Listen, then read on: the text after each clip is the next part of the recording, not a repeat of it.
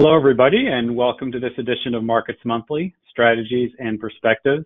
My name is Gary Quinzel, head of our portfolio consulting team here at Wealth Enhancement. I'm joined by Aya Yoshioka, one of our senior investment strategists and portfolio consulting directors. Let's go ahead and dive on in. So a lot has been happening so far to start the year. Certainly, there was no shortage of headlines to start the calendar year 2025. The good news, of course, is that U.S. stocks continue to drive forward, despite a little bit of a down and up roller coaster ride. Now, it wasn't that volatile, nothing compared to the spike in VIX that we saw in December, when the Fed somewhat disappointed investors and reminded us or let us know that the rates were not going to come down as fast as many of us thought. But we did have a couple different episodes, we'll call them that.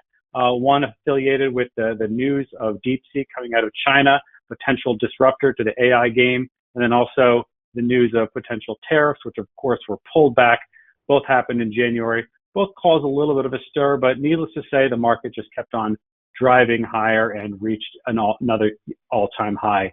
One interesting takeaway, something we've been talking quite a lot about, is that value stocks actually outpaced growth for the first time since last August. Really not as meaningful as you think. It's actually pretty much, if you look at the one day, January 27th, the day that the DeepSeek news came out, you take away that one day when growth fell more than value, really was almost a match like for like. And so there has been some talk, and I think Aya is going to break down a little bit more about some of the sectors when she discusses performance. But overall, there has been pretty equal performance minus that one episode.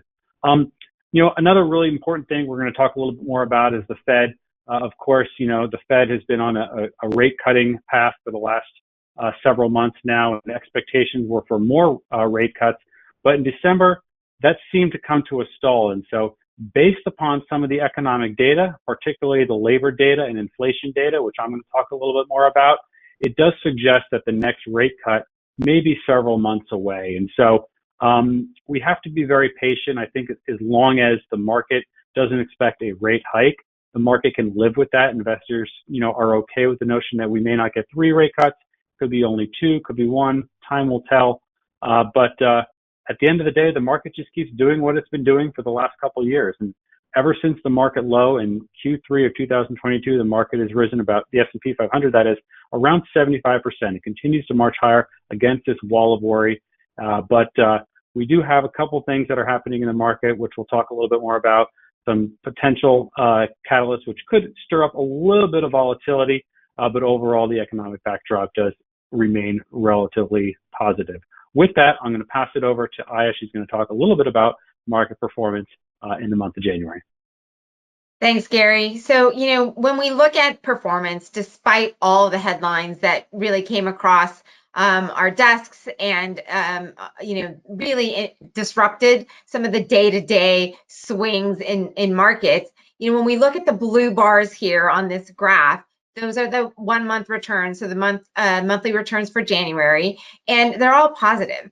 And so we've had really strong markets. And when you look even further at longer time frames, the past 12 months have been positive for equities across whether US or developed international and emerging markets. We're all in the double digits here. So very strong returns across equity markets. On the fixed income side, it's been a little bit more flat, but they've generated income, which we hadn't seen again prior to COVID and the inflationary run up and interest rate hikes that we've seen in the past few years. Interest rates haven't been this high, and so you're actually seeing income out of fixed income again. Total return wise, price appreciation for bonds may not be what they were back in the day, but you are seeing income from fixed income, and we like to see that there. So a global 60-40 portfolio is actually doing pretty good. It was up 2.3% for the month of January and delivering almost 13% when you look back over the last 12 months. If you go to the next slide, I'm going to dive a little bit deeper onto the equity side of things. And when you look at the different sectors, I'm going to start on the left-hand side of this chart, and you can see that tech was the only area that was actually negative for the month of January. And again, this goes back to what Gary was talking about in terms of the announcement from DeepSeek, which was an AI company out of China. And it really sort of disrupted the notion that the US was really in the pole position when it came to AI. And so that scared, investors, at least for the day. And when people sort of dug into it and realized that this actually didn't really change the trajectory of AI, it actually just enhanced perhaps the speed of development, and that all of the money that is continuing to be spent across AI will continue. And so you saw the recovery sort of in February as well. And when you look at longer term timeframes, as Gary mentioned, value did outperform growth in the month of January, but over the longer term, in the 1 and 3 year timeframes, growth has outperformed value. What we've seen in January and even across the last year or so is that market participation and breadth has increased. And we'd like to see that, right? We don't want it to be all about the Mag 7 and just a few stocks that are carrying the overall performance of the market. And you can see this across both the 1 month and the 1 year returns. And you can see that you're seeing double-digit returns, whether you're on the value side, the growth side, or core. It has been dominated by growth, but again, we're seeing this broadening out, and it really goes to show that the economy continues to perform well. If you go to the next slide, when we talk about fixed income here, one of the things that has developed over the last 12 months is that, we've seen a renormalization, I should say, of the yield curve. So the yield curve 12 months ago, that blue line over to the left, you can see that the yield curve was inverted, meaning that the short rates, or rates on the shorter end of the curve, were higher than rates on the longer end of the curve. And you can actually see those numbers where the 3-month treasury 12 months ago was yielding 5.36%, and the 30-year was yielding 4.19. That has changed. We've actually seen a re-steepening of the yield curve, and now the short rates are 4.28% for the 3-month treasury, and the long end is at 4.8%. So you actually are getting paid for going further out into the yield curve. So again, if you're going to hold debt for longer periods of time, you should get paid a little bit more, and that's what we're seeing here in terms of the renormalization. Back to you, Gary. Thanks, Aya. Really interesting points about the yield curve. It's no longer just a buy short-term cash and wait to reinvest it. It really does change the whole dynamic of how we think about investing fixed income to complement the risks in our equity portfolio. With that, I'm going to dive a little bit in on some of the labor data. This is really interesting to us, and one of the things we're paying the most attention to. The big takeaway here is actually that there's a lot of conflicting information, or noise you could call it, because on one hand, you can see that the January jobs report, it missed expectations by a fair amount. However, the unemployment rate dipped for a second consecutive month. And so why is that, and how do you have that conflicting data, and what does it all mean? Well, payroll data is consistently revised. And so it comes out 1 month after the next, and there's always minor disruptions. We've had a lot of things like weather events and catastrophes and labor strikes. All of that conflates the data, and then what happens is the prior months are revised. And what happened most recently is the last 2 months were actually revised higher. So even though we had a notable miss in January, the last couple of months were revised higher by around 100,000. You couple that with a slight increase in the labor participation rate in January, you actually end up with a slightly lower unemployment rate. So again, what does that all mean? Well, of course, the Fed has a dual mandate. They're paying very close attention to both inflation, which we've talked a lot about over the last couple of years, but also they're paying very close attention to unemployment in the labor market overall. And so right now, we, like many, think that there is probably greater upside risk to unemployment than there is to inflation. Yes, the most recent inflation report came up a little hotter than expected, got people a little nervous again, especially on the heels of the tariff news. But we think that there's a lot of mixed data in that as well. And what we've seen, the pattern of the last couple of years, is that inflation has actually come out kind of hotter at the start of the year, where a lot of businesses kind of reset their prices on an annual basis, and then it tends to moderate over time. And so time will tell exactly if that's going to play out. But, the labor data does tell us that, the Fed, what it really means is that the Fed is probably going to pause, for the foreseeable future. So if you look at the Fed futures, most likely we're not going to see a rate cut until at least June, and because of the labor data, which kind of helps offset what we're seeing on the inflation front. And so mixed news, but mixed news is actually probably a good thing when we look at the totality of economic data. If we forward to the next couple slides, I want to take a little bit of time talking about some of the other indicators that we're focused on, especially what's happening with businesses and real-time spending. We talk a lot about boots on the ground indicators. We like to look at real-time spending, whether it's consumers or businesses or traffic data, things of that sort. In the ISM data, essentially, there's two different things here that you're looking on this chart. The blue line is the historical ISM survey, which surveys purchasing managers and manufacturing companies and gets an overall sense of where they see their businesses going. The gray line actually breaks down two of the components within that survey. It looks at the ISM new orders, those managers that are expecting to increase their new orders, relative to those same managers, what are they holding in inventories? And what you've seen, and if you think it through, it's pretty intuitive, if you have a greater ratio of new orders relative to inventories, that usually predicts or helps foreshadow what's going to come with the overall ISM ratio. And so you've seen over time, these two have moved in tandem, but what we've seen recently, partially as a byproduct of what happened with the US elections, expectations have risen, and we've seen that ratio improve. So we would expect the overall ISM data to follow suit and actually improve alongside or following that other ratio. So really interesting, another indicator that suggests businesses see greater times ahead. And if we jump forward to the next slide, we have another aggregate chart here. A lot of squiggly lines, looks really messy. I don't think you have to necessarily focus on too much about what each one individually means, but look at them in aggregate, they tend to move together. These are all different surveys from the Dallas Fed, the New York Fed, the NFIB Small Business, et cetera, all of which are looking at what U.S. corporations are planning to spend in terms of CapEx. And what we can clearly see is a trend toward the end of 2024 into 2025.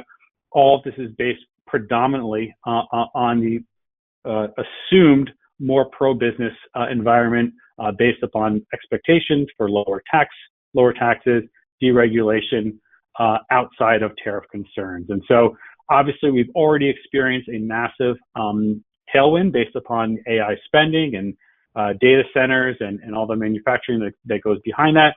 We're seeing that continue, that trend going forward. And this is yet another forward-looking indicator that suggests business leaders expect to continue to spend money on their businesses. And so it's yet another impact of the prolonged impact of fiscal tailwinds and just the overall assumption or outlook of the current business environment.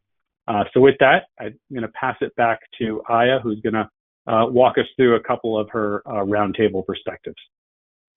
Thanks, Gary. So, as you mentioned, tariffs have been sort of front and center for all investors. It's crossed headlines sort of on a daily basis, and we don't know whether there's simply a negotiating tactic or whether these are actually going to be put in place. And they are having an impact when it comes to consumer sentiment and inflation expectations. Everybody's a little concerned that higher tariffs are going to mean higher prices to the end consumer. And we are all a little tired from having these higher prices hit our pocketbooks every time we go to the grocery store or purchase any necessities.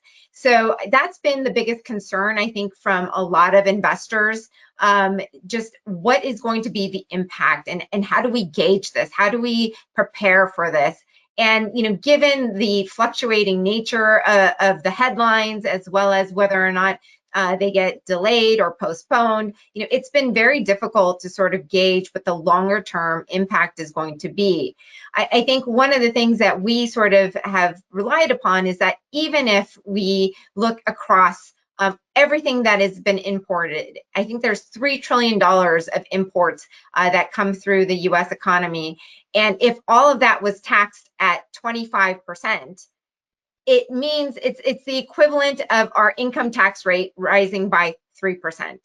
So I think we can handle that even if everything saw higher prices. It's just that what is the sort of, additional after effects of the higher prices? Are we going to see that, really come through all the supply chain effects and, continue to see inflation go higher, which means that the Fed is not going to be able to lower rates. That has not entered the conversation just yet because we're not seeing it in the data, but that could be a problem. I think on the flip side too, you mentioned the labor market, and we're seeing a lot of noise coming out of Washington. And what is that going to do in terms of layoffs from federal spending sort of being curtailed, right? And what does that do to the labor market overall? We've also seen some issues related to hurricanes that hit Florida and really impacted the labor markets. We're probably going to, we saw it a little bit with the wildfires in Los Angeles as well. So, there's going to be a lot of noise in the economic data, and markets continue to react to this sort of on a short-term basis. But we have to really kind of lean back into what is the long-term impact of these movements. If you go to the next slide, I think this slide is one of the things that I really like to talk about because, equity risk premium, what is it, right? Everybody talks about valuations being very high. But when you think about, especially in the fixed income market where interest rates are today, right? Earnings yield is the inverse of the price to earnings ratio, right? So everybody looks at the S&P 500 price, takes what the companies are earning this year, and that's the valuation of the market. If you flip it and you take what the companies are earning divided by price, you get the earnings yield, and you can compare that to the 3-month treasury yield. And that's what this chart is. And why we look at it this way is, as an equity investor, you're very much lower on the capital structure, right? Debt holders get paid first. Equity holders or investors get paid last. And so you need to get paid a premium for taking on that extra risk. And that's what this is showing, is that we are no longer getting paid as much for taking on that extra risk. And that's what worries all of us, right? We've seen the huge run in equity markets, and the concern is that, are we going to continue to get paid as well as we have been in the past? We may not, but it may just be a pause versus any sort of large correction going forward. If you go to the next slide, again, this ties back to interest rates, right? How vulnerable are equities to higher interest rates? And this also ties back to that CapEx chart that Gary talked about. Capital expenditures are money that corporations are spending for long-dated assets, right? And so a lot of the times they can spend that money out of their own operating cash flows. A lot of the times they've got to borrow in order to spend and create the facilities, the manufacturing facilities, or the data centers, whatever it is that is these long-dated assets. And higher interest rates do play into how much are they going to get in terms of a return back for money that they borrow in order to create and spend for these long-dated assets. And so when we think about that, as well as just the way that investors think about discounted cash flows, right? You need to discount them back to the present value using the current risk-free rate. And when you do that at a higher interest rate, your current present value tends to be lower. So when interest rates were at 0 or near 0, your present value was much higher. When interest rates are closer to 4.5%, it's a little bit lower when you take all of that into consideration. And so we really need to think about all of those things. And when interest rates move really quickly, that's when it hits equity markets the most. So interest rate moves when they're gradual, equity markets go back to just relying on earnings and earnings growth. When the interest rates move at a 2 standard deviation move, which they could, that's when it gets a little hairy, and equity markets can move up or down by 4% when you get sort of a 2 standard deviation move in interest rates, and that in today's terms is about 60 basis points. So it's not a ton, but that would have to happen in a short, like 1 month time frame. So typically we don't have those big moves within a month. You typically have them a little bit more gradual on the interest rate side. So this is why we're always so obsessed with what is going on with the Fed, what is going on in the bond market, and how will it impact equities. And with that, I'll turn it back to you, Gary. All awesome points. Thank you so much, Aya. If I could just add one additional thought onto that, I think it's really important that when you think about the rise in interest rates, it's not just, in addition to everything you said, which is entirely true, but it's why the interest rates are going higher. Is it because of higher growth expectations, or is it because of higher inflation expectations? Or sometimes it's a combination of both. But I think it's really important when we dissect the rationale for the move. In December, there was some expectations of inflation that partially had something to do with why we saw a little bit of the equity volatility. And then you can dissect it into those sectors that are going to be more impacted than others. And what we've talked about a lot in the past is how, more interest rate sensitive sectors, and of course, small caps that have a higher cost of capital can also be, impacted very negatively. And so that all reflects into our outlook. Just to kind of wrap things up here and tie a bow on it. We do continue to see a healthy consumer, healthy corporate spending that continues to drive the economy despite the near-term uncertainty. And I did a wonderful job of recapping all the different considerations about tariffs. At the end of the day, we just don't know at this point. There's a lot of estimates and expectations. We could see a one-time hit to growth. We could see a one-time boost to inflation. But the thing about tariffs are, if it does increase prices, it's more likely going to be a one-time shock than something that's going to continue on and on and on. And so while unwelcome, especially with higher than average inflation already, and no one likes spending $8 for a dozen of eggs, which is totally unrelated. But these are something that we're very just cognizant of as we think about our inflation expectations. I think something that may be a little more careful to watch on a go-forward basis is what happens with the labor supply.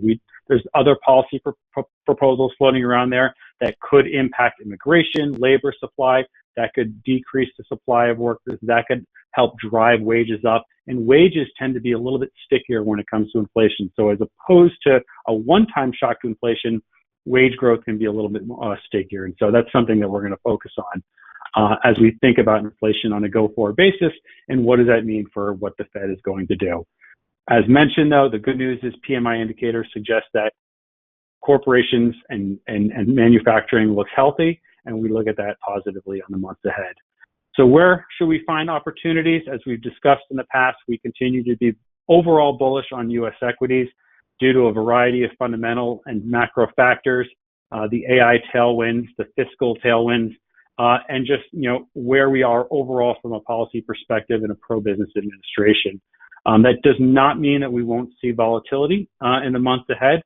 There's certainly multiple catalysts out there that could create a little bit of uncertainty, but we do see enough reason to like the stock market, despite some of those things that I had talked about with that shrinking equity risk premium. Just something to be very cognizant of as we think about our asset allocation. We do like longer maturity bonds. We touched on that as well, because of their ability to hedge against unanticipated risks, and plus because now you are getting paid to wait. But if and when we do get those episodes of volatility, we always encourage investors to take advantage of those, to rebalance, harvest losses, and overall make sure your portfolio is aligned with your long-term objectives. And if you have any questions about your asset allocation, of course, please reach out to your advisor, and they'd be happy to discuss their outlook and opportunities with you as well.